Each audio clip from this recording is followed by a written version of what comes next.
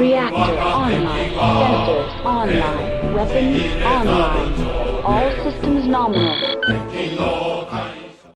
Hello and welcome to today's Battletech reviews. Today we're going to be looking at the Avatar, which is probably one of my favorite Inner Sphere OmniMech. I would say I have very good memories of it, mostly because I've worked on quite a few of them. They're fairly common in my neck of the wood for some reason, and I've piloted a few over the years as a replacement for my Archer or just to test them out, and I've never had bad experiences with them. Honestly, it's one of the better machines in terms of what you have access to when you start working on them. And as you can see here, I've got the full family picture, all the different standard configurations in one picture. Thanks to the fact that, well, we have a few locally. The Federated Suns keep bringing them to get fixed around here. And they're popular enough even with mercenaries and even with other minor powers.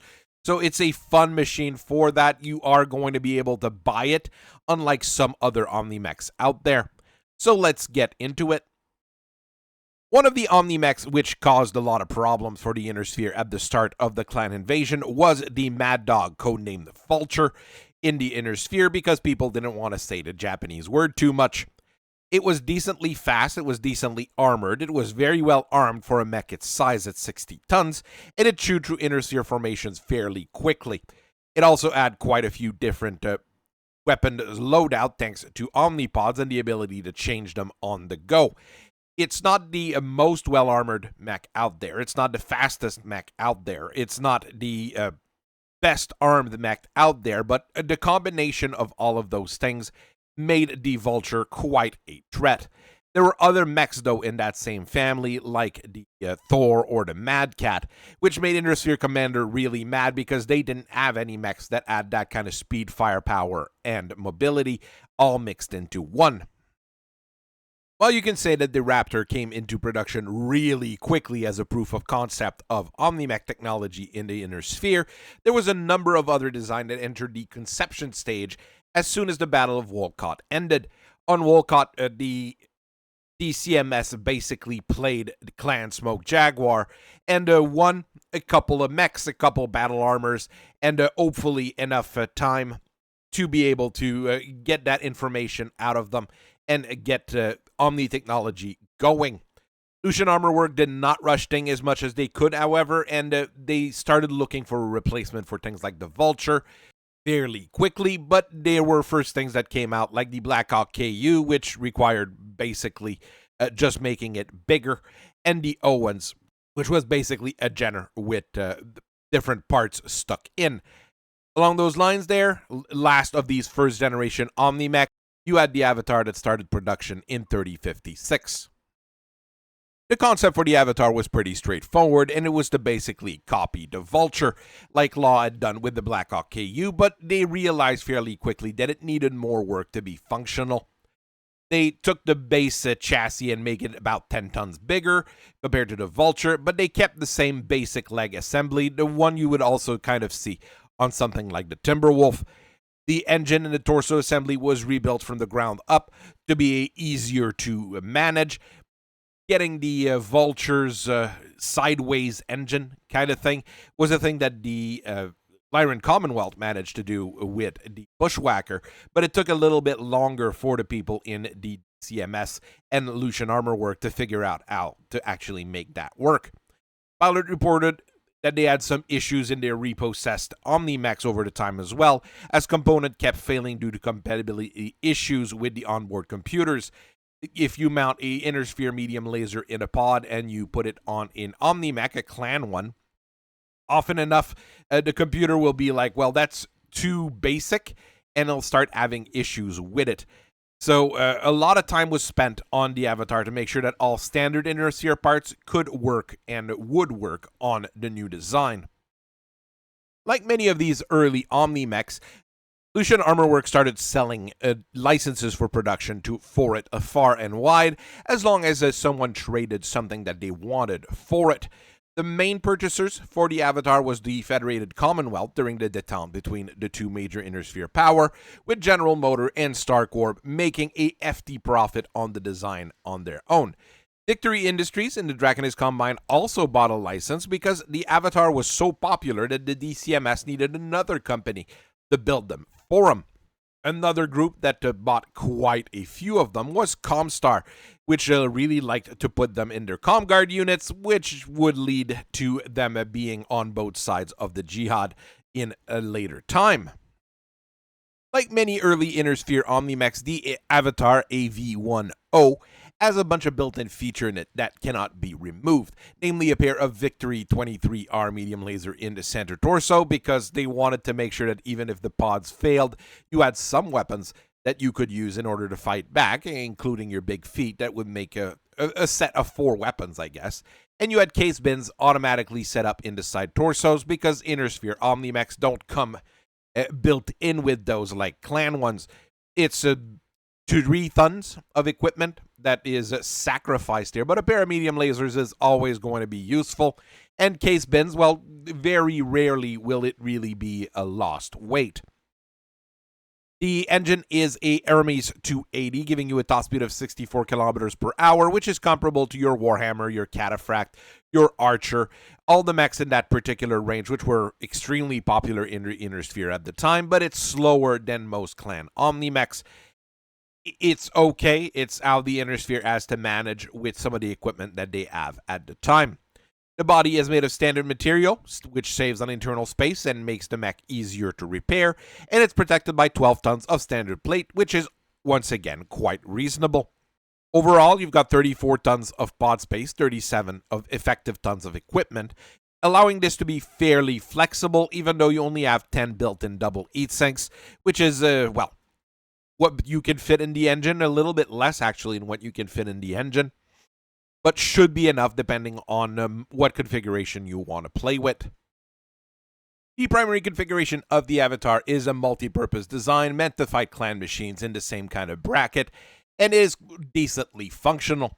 You would say that the heat management is a little bit tight with those 10 double heat sinks, but you probably shouldn't be alpha striking your mech every single time. That's probably the smarter thing to do. The main weapons are a whole bunch of 10s here, with a pair of Artemis 4 guided 10 rack of LRMs in the shoulders, and a 10 class LBX autocannon in the arm.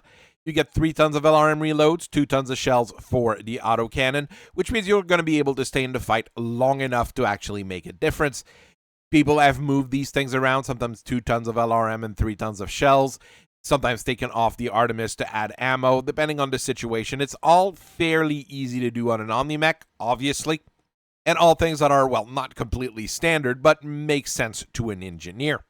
At closer range, you have 2 additional medium pulse lasers in the arm, which supplements your built-in medium laser in the torso.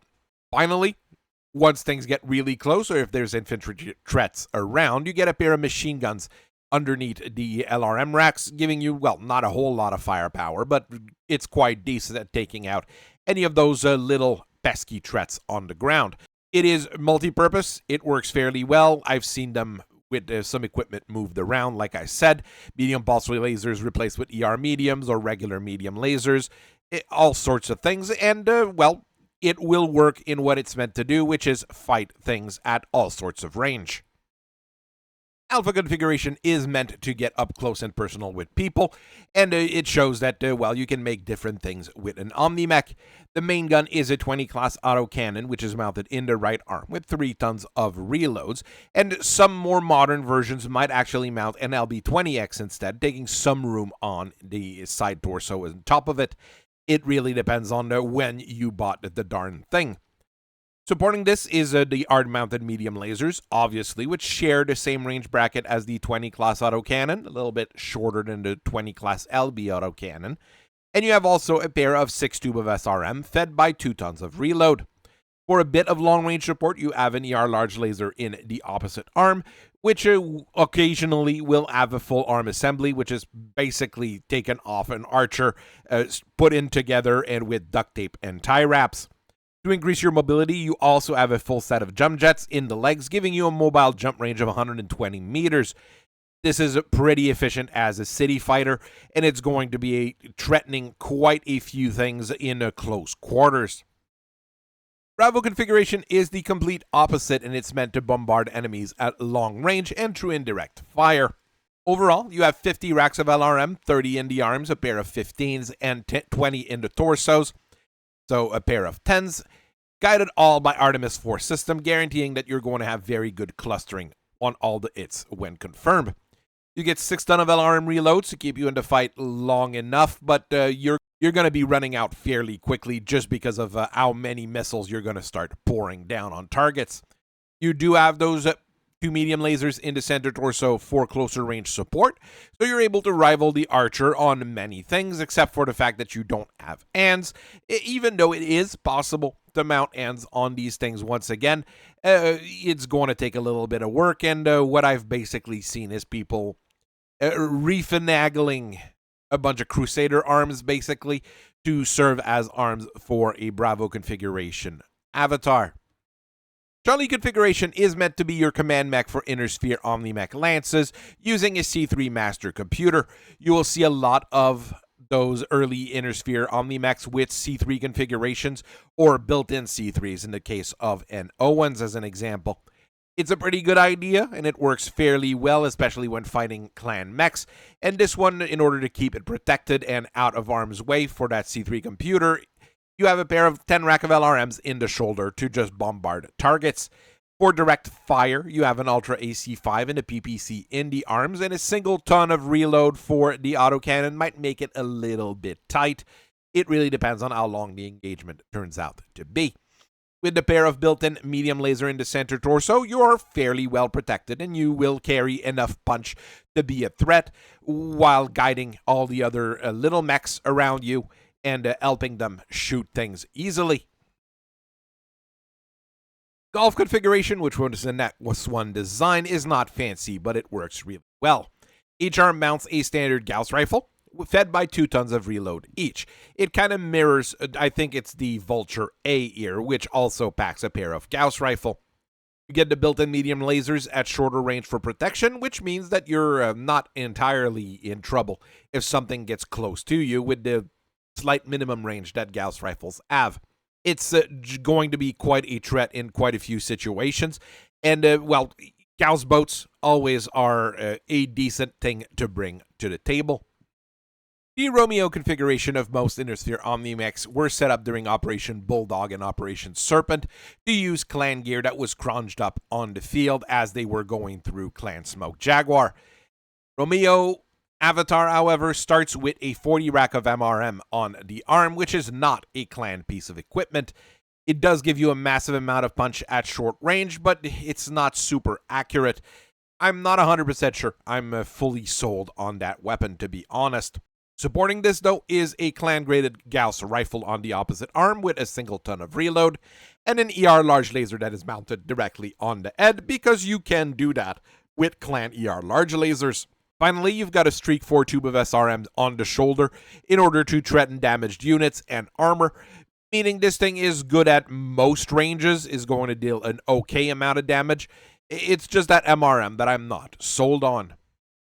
Delta configuration came out in 3060 and is a little bit more modern, using some of the advances in weaponry from the Dragonist Combine and the Free Worlds League. A light Gauss rifle should be considered the main gun on that thing, giving you an okay damage and fairly good range. You have a single ton of reload in this, but on light Gauss rifle, it's usually enough because you can load a lot of 15-centimeter ball bearings to shoot at people. Each side torso mounts a big 20 rack of MRMs, each with a ton of reload, giving you an okay punch in that shorter bracket. I would almost prefer a pair of 15 rack LRMs, and they're really easy to swap one for the other because that's what MRMs and LRMs are meant to do. Opposite to the light Gauss rifle, you have a pair of ER medium lasers, and you have a C3 slave to share telemetry with all the other units in your group, along with 2 extra double heat sinks to manage the heat spikes. It's very functional. The only thing that's annoying is that those medium lasers in the center torso are going to remain medium lasers, even though ER medium lasers are now available. The Comguards had purchased a large chunk of avatars, and the schism between Comstar and the Word of Blake managed to spread those things between the two groups. There was a configuration that both group liked, however, which was Echo configuration, which uses a CPI computer combined with a Guardian ECM, making sure that their network was not disrupted.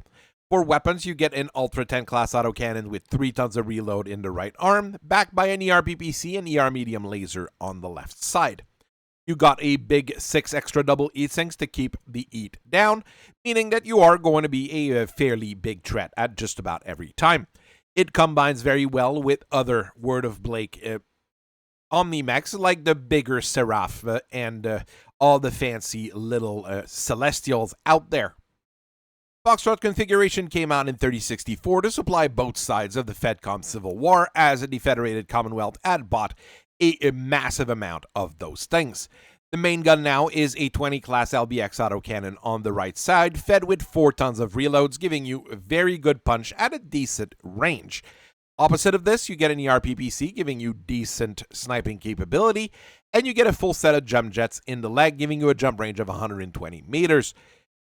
To finish things off, you get 5 extra double heat sinks to keep the heat down, because that ER-PPC is going to generate quite a bit of it, and an LBX-20 is still an heat-heavy weapon. While Echo configuration was used by many Comstar-affiliated units, the rest of the Inner Sphere was using Hotel configuration during the Jihad. The main gun is a pair of arm-mounted heavy PPCs, which give you clan ER-PPC damage and Inner Sphere PPC range.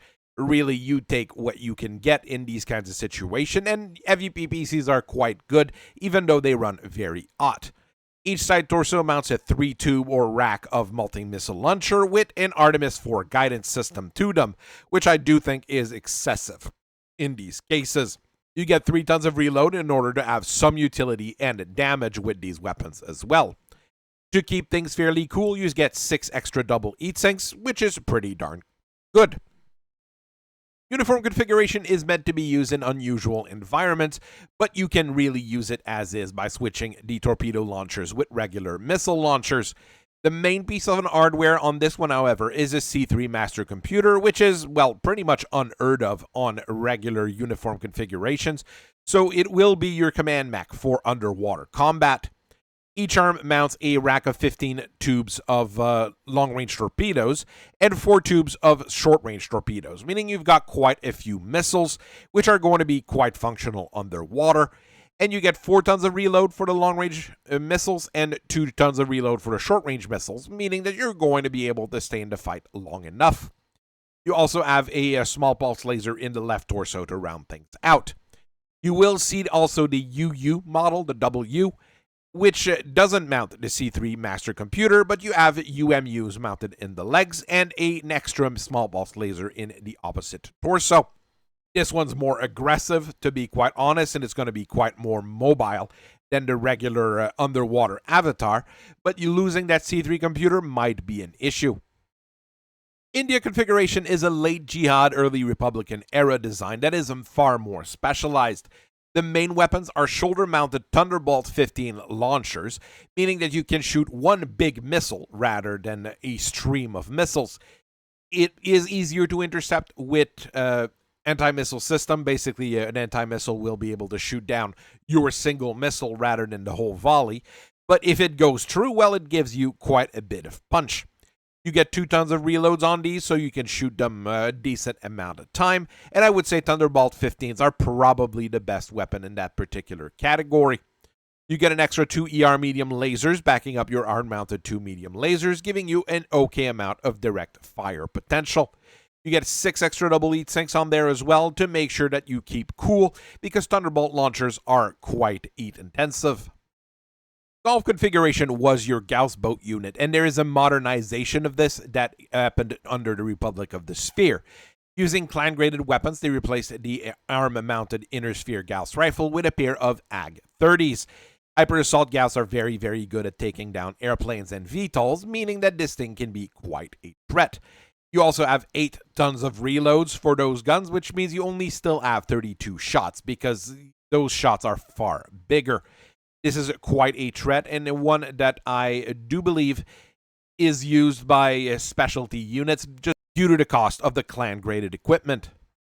So are there modernization plans for the Avatar? Well, GM does love the Avatar and loves making money, but they don't have the space to modernize them on their current production line.